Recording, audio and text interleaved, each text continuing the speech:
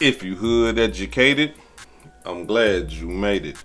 Allow me to unfold my knowledge, wisdom, and understanding from a hood brother's point of view to all of you, here, there, and everywhere. Now check me out. This morning, the desperate search for answers in Mississippi after the death of 18-year-old Nolan Wells, authorities recovering a body believed to be the teen. Investigators and volunteers from the Cajun Navy spent the weekend urgently searching for Wells after he vanished from Horn Island on July 4th. Nolan Wells was on a boat. He left from a private dock area in the Ocean Springs area and proceeded with his friends to Horn Island. Wells was visiting the barrier island 10 miles from the Gulf Coast, boating with friends, last seen about 3 p.m. Saturday. They left and went back without Nolan. From what we understand, he chose to stay there. Later that night, when he didn't return home, his mother reporting him missing to police, then quickly taking to social media, posting pictures of the teen pleading for help finding him. The heartbreaking discovery made about 8:45 Monday morning when authorities say the Mississippi Community College wide receiver's suspected body was found in the water just off the shore. His mother writing, "His father, our family, friends, and I are absolutely devastated," describing Wells as a sweet son who was always willing to cheer and uplift others. Now, investigators say they suspect he drowned, but they're still interviewing friends who were with him as they work to pinpoint what exactly happened. That's why we're still asking for information if anybody has anything, any knowledge. And that information, the sheriff says, will help them paint a better picture of what happened to Nolan in the moments before his death. A toxicology report from the coroner's office is still pending. Guys? Yeah, sad situation. We are definitely thinking of Nolan's family and just hoping that they'll get the answers that they desperately are searching for. Alex, thank you for being on this for us. Now, it's something that sticks out to me that I want to bring to y'all attention, right? Because understanding the circumstances surrounding this unfortunate situation, here it is. We have some kids that go out 10 miles from land to an island to go kick it, right? Hey, this is what kids do. They teenagers. Hey, this is what's going on. It's the 4th of July, right? Now, instead of them all coming back the same way that they came to the island, one of the kids say, you know what? I want to stay back. This is according to the friends that left him on the island. They come back with the story and say, hey, Nolan said he wanted to stay, and so we left.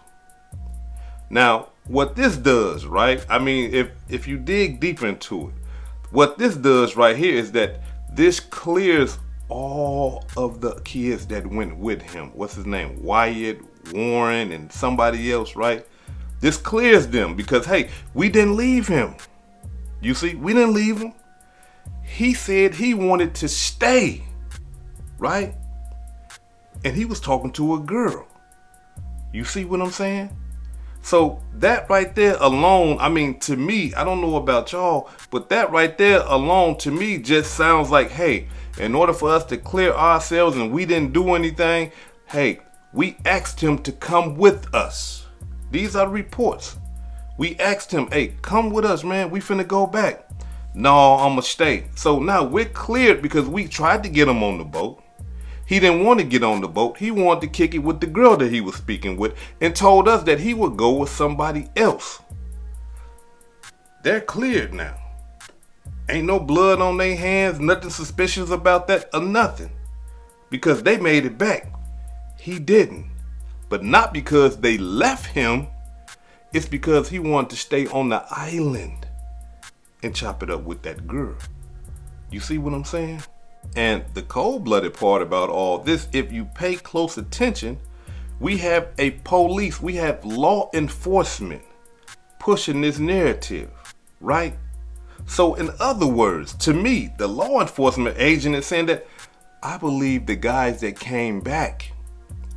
I believe them. There's nothing suspicious about this.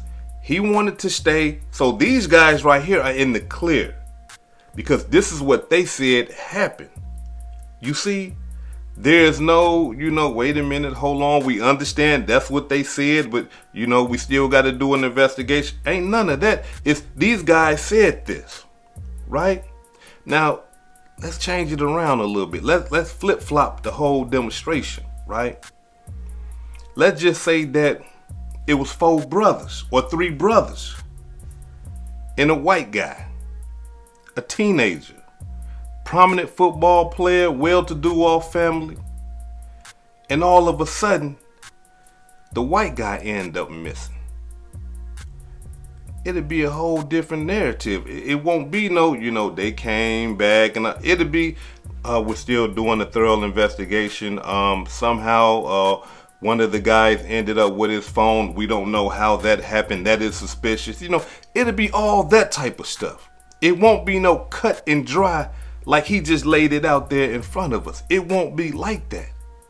Look, come on now. We got to be 100 with this thing. If it was 3 brothers and the white guy ended up missing and then was found dead, come on, them are suspects. Because they are the ones that was the last people that seen him. Those are the people that was with him. They have become suspects instantly, without no questions. I mean, look, we gonna keep it real. But now that it's the other way around, these guys are not suspects. We believe what they said to be true. They're in the clear because when they left, he was alive. You see, when his friends left him on the island, they was able to speak to him and everything, and he was alive. But there's nothing suspicious about them having his phone. Nothing suspicious about that. Nothing. Because I'm thinking to myself, how y'all get his phone? That's suspicious to me. How did y'all get his phone? And everybody that got a teenage son or daughter or anything like that, y'all know them kids is not finna leave their phone. Them kids, look, they put the phone on like they put their drawers on in the morning. Look, these kids grab their phone before they even brush their teeth, wash their face. They on the phone. You see? So for him to leave his phone, or according to what they said, for them to say he wanted to stay back and then somehow we ended up with his phone, nobody is explaining that. How did they end up with the phone? Nobody is explaining that part right there. Because that right there is the most suspicious piece of this whole demonstration. I mean, amongst other things, right? But just that right there, how did they get the phone? And look, the only thing that I can think of, well, before I even go into that demonstration, we also got to think like this here. He's talking to this girl. You would think, that he would want to have his phone, being that, hey, look, the people that brought me here is about to leave. So just in case I don't get a ride, or just in case anything happens, I have my phone. I can call 911. I can call my mama. I can call my father. I can call my homies and stuff like that.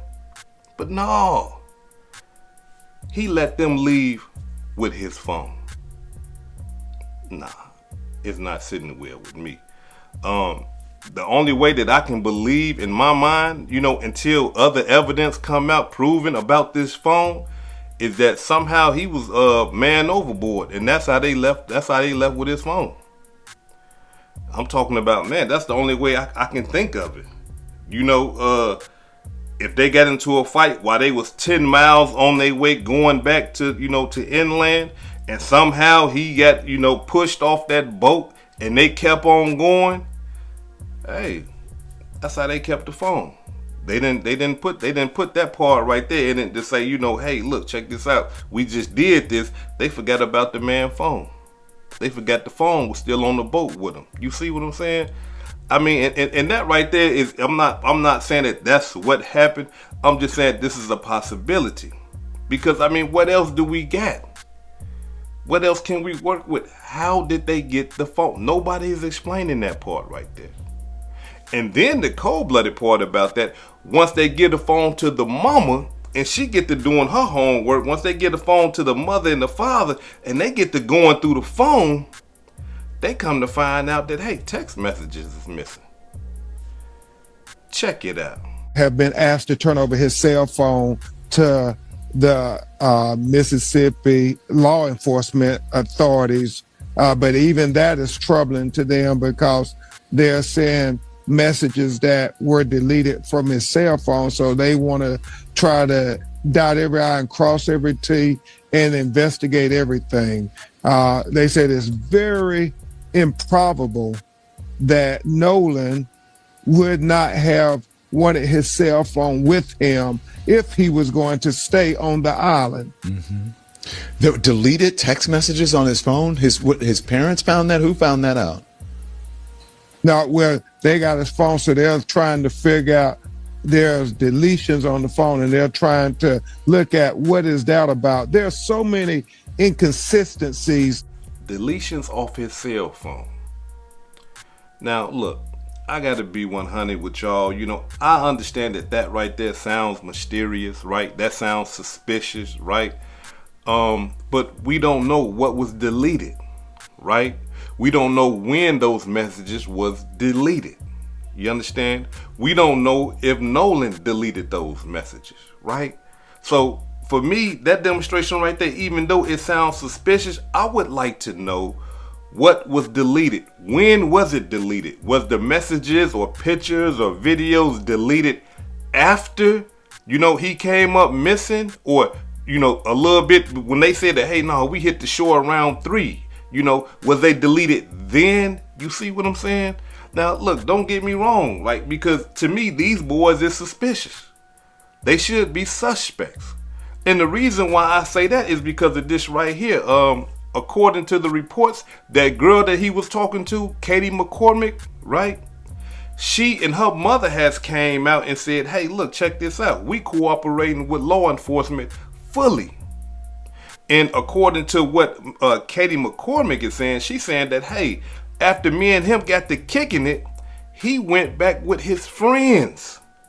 He didn't get a ride with us. He wasn't with us. After me and him got done dialoguing, he went back with his friends. You see what I'm saying? Those same friends that said they left when he was kicking it with Katie McCormick. You see, this type of stuff right here make you say, wait a minute, hold on, wait a minute. Things are not adding up. But not only that right there, y'all, reports are being put out there saying that them boys deleted their social media way before they even found his body. They deleted their social media way before they found Nolan's body. So what that tell you? I mean, come on now, this is suspicious activity. But not only that, being that they deleted, the boys deleted their social media, the parents deleted their social media too. The only people that didn't delete their social media is the people that are like this right here with the family right now. And Katie McCormick and her family is locked in with the family like this right now. They had no reason to be suspicious. They had no reason to delete their social media and stuff like that because they didn't do anything wrong. You see, when you do stuff wrong, you try to hide. You don't want to be, exposed. And in this situation, these boys looking suspicious every day as more and more information is coming out. The deletion of the messages, like, hey, if they deleted those messages after they said that, hey, we left him, and when they had the phone in their possession, that's funny. That's suspicious. But we still gotta wait for that right there to come out. You see what I'm saying? Now, one thing we gotta understand is this right here. We're dealing with the state of Mississippi. Mississippi got a cold-blooded criminal history, y'all. Especially when it comes to black folks. Especially when it comes to white folks killing black folks. You see what I'm saying? In the state of Mississippi, you can kill a black person and look, it's gonna get swept up under the rug. You see, that is the history. That is still in the fabric of Mississippi. You see what I'm saying? Although things have changed, we're not going to say things haven't changed. But at the same time, we got to understand where we at. We in the deep south. We in that mud. You see, we down dirty. Look, let me tell you just like this. If you go look at Mississippi history, Mississippi burning, y'all remember that. You understand? And that's just one of the situations. But all the other situations, you know what I'm saying, where they have killed brothers, and I'm talking about all white juries done let them go, even though they had, I'm talking about an overwhelmingly amount of evidence proving that this white guy is guilty, but the jury said, nah, he's a white guy. We're not going to convict him because he killed the nigga. Nah, matter of fact, we're going to free you so you can go out there and kill a couple more of them. You see, this is what we're dealing with here. And that's why I believe that the mother and the father of Nolan is saying that, nah, we ain't finna just let our son die like that. Because the police is already pushing the narrative of it was an accidental drowning, no foul play. How can you say this? You see what I'm saying? That it was accidental and y'all ain't even got the autopsy report yet. You see what I'm saying? How can you say that it wasn't even no foul play? Y'all ain't even got the autopsy results yet. But they're already pushing the narrative to try to sweep this killing up under the rug. And I don't believe that his mama and them is going for it. That's why they having another independent autopsy in a whole nother state. So that person can look at the body and examine it probably better than what the state examiner is going to do. Because we got to understand, these people are connected. We're talking about Mississippi here. Wait a minute. We got a judge. We got lawyers. We got, people with big money down there. Yeah. And being that they connected like that, the medical examiner, if he happened to be white, hey, look, check this out, bro. Yeah, my son them did some dumb shit, man. Don't put that out there. Do this, do that, and man, sweep it up under the rug. We got you. Don't worry about it. Here you go. You see, this is what we dealing with. I mean, like, I know it's probably hard to a lot of people to conceive that, but in this day and age right here, you thinking like, nah, things might have changed a little bit. Nah. Because we are who we are. You see? And when you come up in that type of environment where it's us against them, then it's always going to be like that. It's always going to be like that. Especially if us is the majority against them, the minority, it's going to be like that in all facets of life. It's going to be like that. At the gas station, it's going to be like that. At the restaurant, it's going to be like that. The medical examiner is going to be like that. At your dentist, at the doctors, it's going to be like that. You see? And we can't be fools and say that, nah, things done changed, hood and all that. Yeah, they done changed a little bit. But when something serious happens, then that's when you get to find out. Because, look, let's just think about this right here for a minute. If your homeboy, right, just died, this is your friend, right? He just died mysteriously. And you ain't had nothing to do with it. You got genuine love for your homeboy. Right? And your mom and your father know your homeboy. They gonna be on the front line for your homeboy. You gonna be on the front line for your homeboy. You're not gonna be hiding nothing. You're not gonna be trying to, erase anything or none of that. No, you're not gonna do none of that. You're gonna be on the front line with the mother and the father saying, hey man, we need to find out what happened to my homeboy. We need to find out what happened. Instead of going to grab lawyers and stuff like that. That is suspicious activity. I don't care what nobody say. That's suspicious activity. And the fact that they doing it and they not supporting, that tells us something.